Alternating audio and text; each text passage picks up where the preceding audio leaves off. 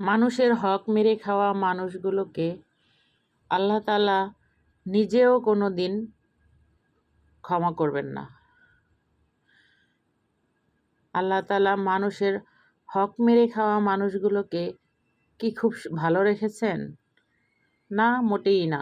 আপনার আশেপাশে দেখবেন মানুষের হক নষ্ট করা মানুষগুলা মৃত্যুশয্যায় কাতরায়, মুক্তি চায়, আল্লাহর কাছে মাপ চায়, সেজদায় লুটিয়ে পড়ে, সেজদায় গিয়ে জান্নাত খোঁজে।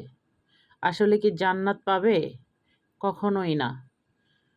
মানুষের হক মেরে খাওয়া মানুষগুলা সেজদায় লুটিয়ে পড়লেও কোনো কাজ হবে না, আল্লাহ তাকে ক্ষমা করবেন না। মানুষের হক আল্লাহ তাআলা নিজেই নির্ধারণ করে দিয়েছেন। মা বাবা, ভাই বোন, আত্মীয় স্বজন সবার প্রতি সবার হক। বাচ্চা ছেলে মেয়েদের প্রতি বাবা মায়ের হক, বাবা মায়ের প্রতি ছেলে মেয়েদের হক, ভাইদের প্রতি বোনদের হক, বোনদের প্রতি ভাইদের হক। সবগুলো সম্পর্কই অঙ্গাঙ্গিভাবে জড়িত।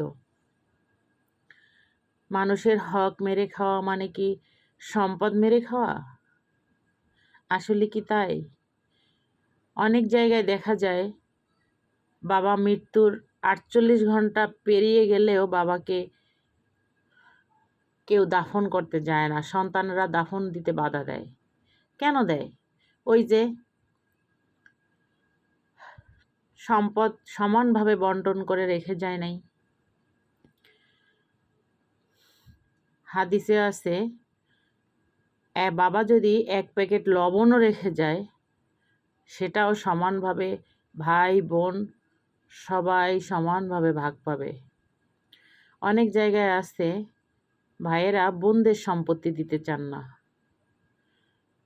কোরআনে কি তাই লেখা আছে? বোনরা সম্পত্তি পাবে না? আপনারা সবাই আইন খুঁজে দেখবেন, কোরআনের আইন খুঁজে দেখবেন আসলে বাবার সম্পত্তি কে কতটুকু পায়। যে যতটুকু পায় তাকে ততটুকুই দেওয়া উচিত। আমরা কাউকে ঠকিয়ে কবরে নিয়ে যেতে পারবো না সম্পদ, তাই কারো হক মেরে নয়। হক মেরে খাওয়া মানুষগুলো সবসময় সেজদায় লুটিয়ে পড়ে থাকেন এই জন্য যে তিনি জান্নাত পাবেন। আসলে জান্নাত কি শুধু সেজদার মধ্যেই আছে, নাকি মানুষের হকের মধ্যেই আছে? হকের মধ্যেও আছে। মানুষের হক মেরে খাওয়া মানুষগুলোকে আল্লাহ কখনো ক্ষমা করবেন না। সবাই আমার ভিডিওটি ভালো লাগলে লাইক কমেন্ট শেয়ার করে দিবেন এবং আমি যা বললাম আসলেই কি এটাই সত্যি, নাকি কারো হক কেউ মেরে খেলে কোনো সমস্যাই নাই। সবাই ভালো থাকে।